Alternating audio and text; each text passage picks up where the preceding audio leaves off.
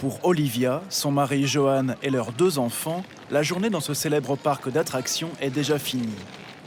Il n'est que 15 heures, ils auraient bien aimé rester un peu plus longtemps, mais ils ont choisi pour rentrer chez eux à Martigues, Ouigo, des trains low cost, et le dernier part dans 45 minutes. Non, après l'ascenseur, prends tout le monde, tout ça, ascenseur. Première différence avec un TGV classique, le contrôle des billets se fait avant d'embarquer. Prière d'arrivée, 30 minutes avant le départ du train, car il y a embouteillage. Ah bah c'est moi qui ai le billet. Un bon maquillage, champion. C'était bien chez Mickey? Ah oui. Toujours bien, mais Extra. jamais assez con. Ah, c'est sûr, il me faudra les billets de tout le monde, s'il vous plaît. Pas de soucis. Merci. Initialement, la gare TGV de Marne-la-Vallée accueillait 2 millions de voyageurs par an. Conséquence du succès de ces trains low cost, elle en accueille désormais le triple. Prends les petits, je prends tout moi, vas-y. Allez, on monte. À bord du train, l'espace se révèle plus limité que dans les TGV classiques. Obligation pour chaque passager de glisser sa valise sous son siège. Des contraintes, mais une contrepartie, le prix des billets. 25 € par adulte et 5 par enfant. La famille aurait payé 4 fois plus cher pour un TGV classique. 10 € le Paris-Marseille ou le Tourcoing-Lyon.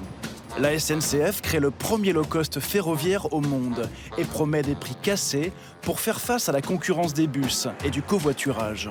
En 4 ans, déjà 18 millions de voyageurs, au départ de 19 gares différentes.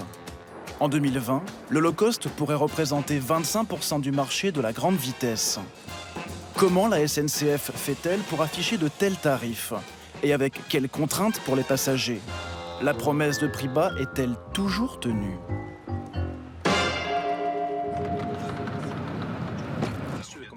Olivia est agent d'accueil à la sécurité sociale. Son mari, opérateur chez un fournisseur de gaz. Pour ce séjour à Marne-la-Vallée, ils s'étaient fixé un budget de 800 €. En réservant leur billet 3 mois à l'avance, ils ont pu réduire au maximum les frais de transport. Je préfère gaspiller 100 € pour les petits dans le parc que de gaspiller 100 € en plus dans le train. Ouais. Vu que vous divisez par même plus que par 2 le prix du billet du train, vous pouvez rester un jour de plus. Vous en profitez un peu plus. Donc c'est pas négligeable. Avec un tarif fixe à 5 € pour les enfants, l'objectif de la SNCF est d'attirer une nouvelle clientèle qui n'aurait pas pris le train au tarif TGV, comme cette famille, assise à côté de Johan. On a de la famille à Lyon et donc du coup, une fois par mois, on prend depuis qu'elle est low cost, on descend en train. Et avant, on est là en voiture. En train, ils pèsent 100 € pour toute la famille et mettent 3 heures de moins. Avant, c'était 150 € en comptant le carburant et les péages. Pour atteindre de tels tarifs, la SNCF a dû réduire ses coûts au maximum. Et cela commence par mettre plus de passagers par train. Il a donc fallu transformer les TGV classiques. C'est en Alsace, au technicentre de Bischheim, qu'a lieu la métamorphose. Une rame neuve coûte 30 millions €. Trop cher pour le modèle low cost. L'entreprise a donc opté pour le recyclage. Hervé et Laurent, ingénieurs et techniciens, font partie de l'équipe qui a fait naître le premier Ouigo en 2012. Ils inspectent aujourd'hui une rame de TGV qui vient d'arriver. À mi-parcours de sa durée de vie, qui est environ d'une trentaine d'années, sur une rame TGV, après 15 ans, elle est mise totalement à nu et on refait absolument tout. Et là, vous en profitez donc en plus pour la transformer en Ouigo. Tout à fait, on mutualise les 2 travaux. Voilà, tout simplement pour descendre les coûts. Pour que ces trains low cost soient rentables, les ingénieurs ont calculé qu'il fallait transporter jusqu'à 1250 passagers par train. 250 de plus que dans un TGV classique. Première manière de gagner de la place, remplacer le wagon-bar par des sièges. Alors, avant ça, on va d'abord installer l'estrade, des nouvelles estrades pour pouvoir accueillir les nouveaux sièges, puisque cette salle va devenir une salle voyageur, une vraie salle voyageur. Et on va aussi y installer une cloison environ à ce niveau, avec une porte de salle. On sera vraiment... 24 sièges à l'endroit où jadis les voyageurs venaient manger leur sandwich. De toute façon, le wagon-bar était rarement rentable. À bord, plus de première ni de seconde classe. Siège de RER pour tout le monde. Dans les anciennes voitures de première classe, ils sont même alignés par 3. Forcément, on est un peu serré, même si Hervé s'en défend. Vous le voyez, on est toujours le même confort aux jambes. C'est simplement la structure du siège qui va être un peu plus fine et qui nous permet également de rajouter une rangée de sièges dans la salle. Mais transporter plus de passagers ne suffit pas. Pour que le modèle soit rentable, la SNCF doit rogner sur toutes ses dépenses. Gare de Tourcoing. Le premier low cost part à 5h36. Direction Marseille-Saint-Charles. Nous allons démarrer l'accueil embarquement du train Ouigo. Donc notre train va arriver avec quelques minutes de décalage. Les passagers ont tous acheté leurs billets sur Internet. Plus de guichets en gare, c'est une économie supplémentaire. Et pour baisser encore les coûts, Jérôme contrôle les billets avant d'embarquer, ce qui limite la fraude. Elle coûterait 300 millions d'euros par an à la SNCF. Et puis, il y a les options payantes. L'accès à une prise électrique, 2 €. Ou encore les bagages.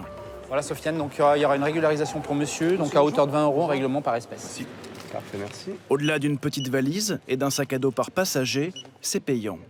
5 € le bagage si le client paye en ligne. 4 fois plus en gare. Vous payez votre billet combien 10 €. Et là, en bagage, 20 € plus. Donc ça fait 30 € total. vous triplez le prix de votre billet de train. Ouais. La surprise du low cost.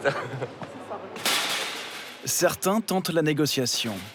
Mais quand ça ne rentre pas, ça ne rentre pas. Non, mais toujours ici. C'est incroyable. Laissez-moi le contrôleur à bord du train. Je peux pas vous laisser passer parce que c'est pour tout le monde pareil. Comme leurs collègues du TGV, les 220 contrôleurs du low cost sont tous employés de la SNCF et touchent le même salaire, 2 000 € net en moyenne. Mais pour eux, le côté gendarme s'arrête dès l'instant où ils montent à bord du train. Avant, Jérôme travaillait sur la ligne TGV Lyon-Bordeaux. Il lui arrivait de dresser jusqu'à 15 procès-verbaux par trajet. Ici, il joue plutôt les agents d'ambiance. On va arriver aux alentours des 13 h, on va faire 10 h 40, ça va vous faire aux alentours des 13 h à Gare de Marseille. Comme à bord des TGV, ils sont pour des raisons de sécurité 2 par rame. Autre point commun, low cost ou pas, il y a toujours des trains en retard, 11% environ. D'accord. Eh ben, Au téléphone, le conducteur de la rame. est-ce que tu peux estimer le retard à l'arrivée à Lyon? Un problème électrique impacte tout le trafic. Minimum 30 minutes? Une estimation un peu optimiste, revue à la hausse quelques minutes plus tard. Qui est à hauteur de 1h30. Donc on va être détourné de la ligne à grande vitesse. Nous circulons avec un retard réel de 2 h et 15 minutes. Si les réservations sont informatisées d'abord pour abaisser les coûts, ce tout numérique offre l'avantage d'avoir les coordonnées de chaque passager et permet en direct de les informer des conditions de leur indemnisation. Un dédommagement en bon d'achat vous sera envoyé par mail. Vous appréciez d'être tenu Ouais. au courant en temps réel comme ça? C'est bien, parce que SNCF, il faut pas. Et à défaut de pouvoir passer le temps au wagon-bar, Messieurs, dames, bonjour. Pour ceux qui veulent, j'ai des bouteilles d'eau à votre disposition. les passagers se consoleront avec une bouteille d'eau gratuite. Mademoiselle, voilà. Dernière source d'économie, ces trains font 2 fois plus de kilomètres et limitent leur temps d'arrêt en gare.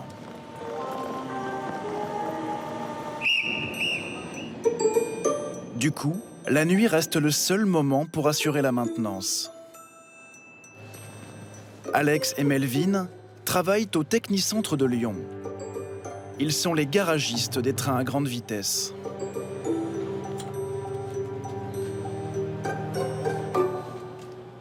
On regarde là les plaquettes de frein ici, les disques, les roues. Cylindre de frein, bien fixation, tout ce qu'on a de visuel en fait qui peuvent amener au bon fonctionnement de la rame. Un examen qu'ils réalisent tous les 7500 km, soit tous les 2 jours pour un low cost. Ça se ici. sent que le matériel roule 2 fois plus qu'un TGV Ah oui, classique. oui, on le sent beaucoup. Pour le remplacement des plaques side, par exemple, c'est une catastrophe. Ouais. C'est-à-dire C'est un peu plus dur que les autres, on le sent quoi. Mais On sent que le matériel est plus sollicité. ouais, il est plus sollicité, ce qui fait beaucoup plus de kilomètres, oui. S'assurer que de telles cadences ne portent pas atteinte à la sécurité des passagers, c'est le travail de Gaël, ingénieur en charge de la maintenance. Ça va? Fini? On peut envoyer le nettoyage? C'est pas dangereux de faire rouler des trains 2 fois plus Ils ont les mêmes opérations de maintenance au même pas kilométrique, donc c'est pareil, c'est aussi sécuritaire. Sauf que parfois, les nuits de maintenance ressemblent à des contrôles à montre, comme aujourd'hui, en raison des retards sur le réseau. Là, ce soir, ça arrive à 23h. Globalement, à 5h du matin, il faut qu'on l'ait rendu, donc on a 6 heures pour faire le boulot. Faut pas traîner. Faut pas traîner. Vous avez donc moins de temps que sur le TGV classique. Ouais. Et ça pose pas de problème en termes de sécurité? Bah non, parce qu'on répartit différemment la maintenance et on en fait chaque nuit. En fait, on fait des moins gros blocs. En plus de la maintenance, il faut assurer le ménage. Un TGV classique est nettoyé à chaque terminus. Impossible pour les trains low cost, vu les cadences. Drami, demandez pour faire la voiture 2 en bas, merci. Nadja est chef d'équipe. 39 ans de ménage ferroviaire à son actif. Vous faites des annonces comme les contrôleurs, pareil? Ouais, comme ça. Ça évite qu'on marche et qu'on fait des kilomètres pour rien. Ils ont accès, et bien. Vous en faites beaucoup des kilomètres toutes les nuits pour nettoyer Toutes les ces nuits, trains? on fait beaucoup. Et l'arrivée du low cost a rendu ces nuits encore plus sportives. Une fois de plus, pour faire des économies, la SNCF a supprimé les poubelles individuelles. Et le train a roulé 17 heures sans être nettoyé de fond en comble. Du coup, le grand ménage prend 3 fois plus de temps.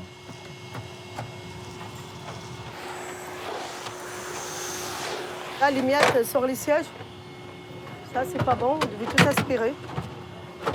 Il y a des chips, il y a des morceaux de pain, il y a du chocolat, il y a des chewing-gums aussi.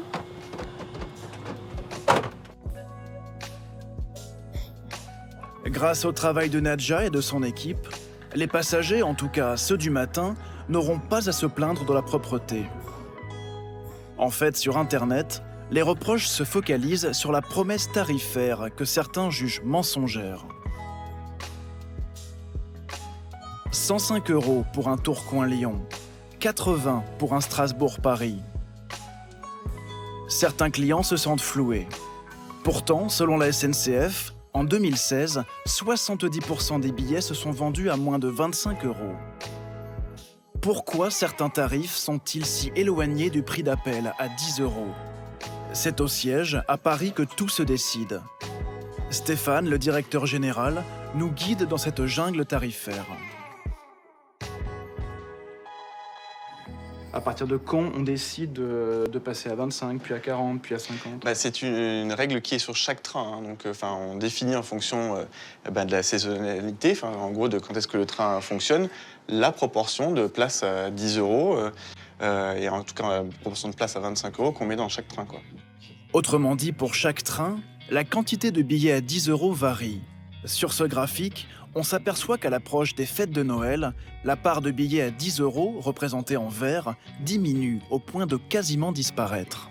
C'est normal, c'est une période de très forte demande. Hein, les périodes de Noël, les périodes de début d'été, et où évidemment on suit en fait la demande qui est très forte.